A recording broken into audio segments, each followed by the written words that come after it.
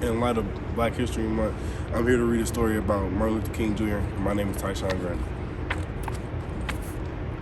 Martin Luther King Jr. was born in 1929 in Georgia. He was the son of a preacher and often watched his father's sermons. Martin's father saw racism and fought to God and instilled the belief in his children. But growing up in the South, Martin often witnessed and experienced acts of racism.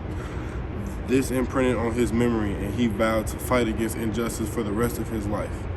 Martin went to Morehouse College, where he was a student body president and graduated as valedictorian by the age of 25. He had a PhD from Boston University and had become a pastor at a Baptist church in Montgomery, Alabama. Martin became a leading member of the National Association for the Advancement of Colored People, the NAACP. He organized nonviolent demonstrations such as sit-ins and to protest segregation. In 1955, Rosa Parks refused to give up her seat on a bus to a white passenger. The NAACP decided to use this event to fight segregation laws and chose Martin to lead a protest called the Montgomery Bus Boycott. Black people refused to ride the bus until public transportation was desegregated. The boycott lasted 381 days.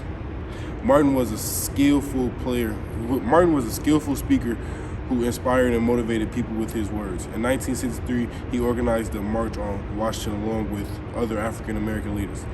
This was a huge protest.